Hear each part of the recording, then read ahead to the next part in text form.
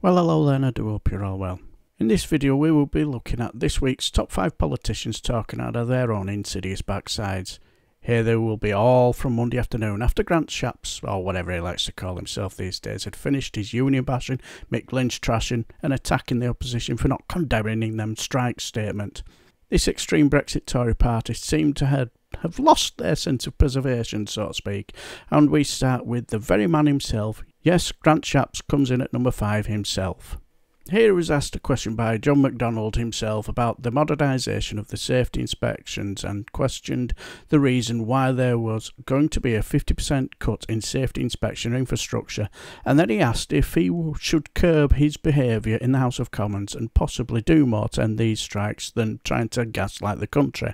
Well, our Transport Secretary jumped up and made an accusation saying that our Labour MP, John McDonnell, received a certain amount of money from RMT.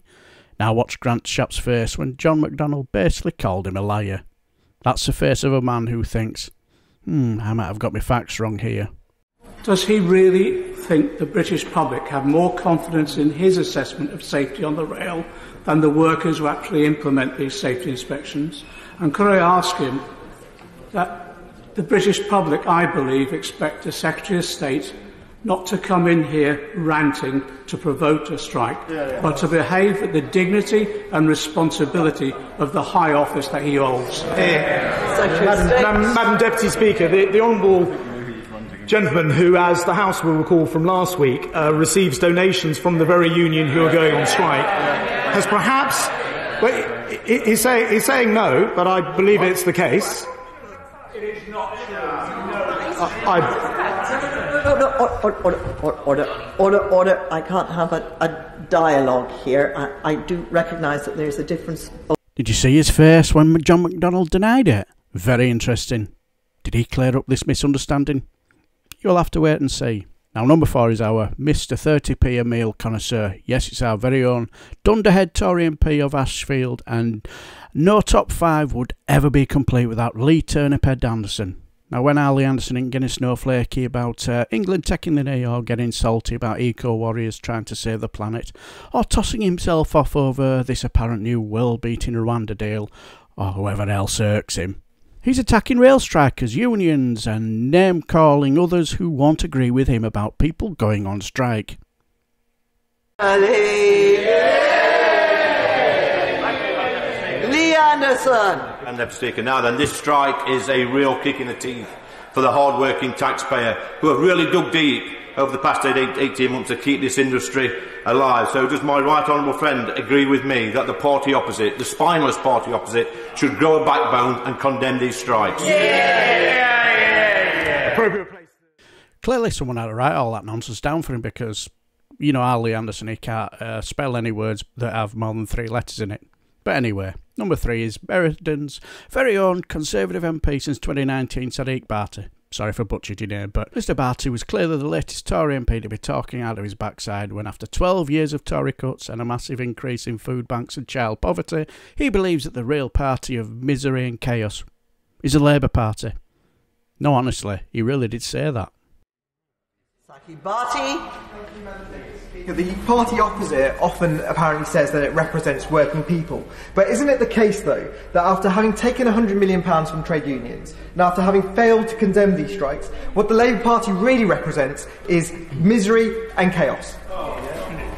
My honourable friends, absolutely right. Then again, you know, this has been running now for an hour. We still haven't heard the simple 4 words, we condemn the strikes. Said it with a straight face as well. Told you they were living on another planet, these brigands. But anyway, number 2, Tory bandit to be talking out their backside is Kensington's very own Felicity Buchan. Now, the last time we ran into this loon was when they were debating whether our Boz Jobson should be investigated for misleading Parliament, and she got on a high horse then about the party opposite for political point scoring, only to then start politically point scoring herself. Honestly, go watch it, it's a hoot. Well, anyway, she jumped up, got on a high horse again, about how it's disgusting that mere plebs should have the right to withdraw their labour after 12 years of Tory austerity and pay freezes. She decided it was nothing to do with 12 years of misery and chaos under a Tory government. No, it was that London Mayor's fault, Sadiq Khan. Felicity Buchan. Thank you, Madam Deputy Speaker. Tomorrow will see yet another day of tube strikes in London. That will be the 53rd day since Sadiq Khan became Mayor of London, even though he was elected on the basis of promising zero strikes.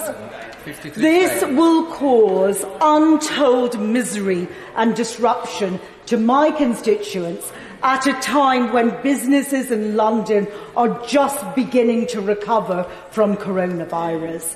Does my right honourable friend agree with me that London deserves better than Sadiq Khan and his union paymasters? And does he agree with me that London members opposite should condemn these strikes rather than tacitly supporting them? Now here's number one. Here's Tory shyster Paul Holmes for Eastleigh and another member of the 2019 crew. And when our blobby Jobson was prostituting himself off to Tory donors who were throwing huge wadges of lovely cash to have a meal with him, because we all know our bodge is a big mammoth political intellect powerhouse and they all want to pick his mammoth IQ, of course. And I say all that with my tongue very firmly in my cheek. No, he came up with this fantastic idea that only Labour should sign a sort of register to reveal how much money unions were paying them. What a bell tap. Thank you, Madam Deputy Speaker. These strikes will cause untold harm to businesses, students and vulnerable people who've lived through some of the most toughest of the last 2 years. Considering the huge sums of money that the RMT donate to the Labour Party, doesn't the Secretary of State agree with me that the Labour Party should publish a table of donor receipts so that constituents can lodge a claim for their lost wages from Labour Party coffers or the extortionate union salaries? My honourable friend makes an interesting point. Now I do hope you all enjoyed this top 5 politicians talking out of their backsides video, and I shall leave you with this little gem, another of the 2019 crew, Wrexham's very own Tory turd Sarah Atherton, who was very unhappy about the fact that she cannot now attend a school breakfast club and feast on the Tory pain her party's forced on them for over 12 years because these nasty strikes. Speaker, tomorrow in Parliament I was due to host the Kellogg's Breakfast Club Awards, as Kellogg's is in my constituency of Wrexham. This was to honour the 5,000 schools and their teachers who diligently run the Kellogg's Breakfast Clubs, which aims to tackle food insecurity. These have now been cancelled thanks to the strike. So does my honourable friend agree with me by the RMT striking for more? This means they take away from the many. And not an ounce of self-awareness at all, eh? Oh, but before I go and bid you farewell, I nearly forgot about our Grant Shapps, or whatever he likes to call himself. Now, did he clear up this little misunderstanding? Well, I shall leave you with this pathetic reverse ferreting, and I shall wish you all a fantastic weekend, and until the next time, I shall bid you farewell and take care. Closer to the unions endorsing that. And Madam Deputy Speaker, perhaps to clear up the exchange just before with the honourable gentleman, I understand that it's his constituency Labour Party that have received the £30,000 in RMT funding.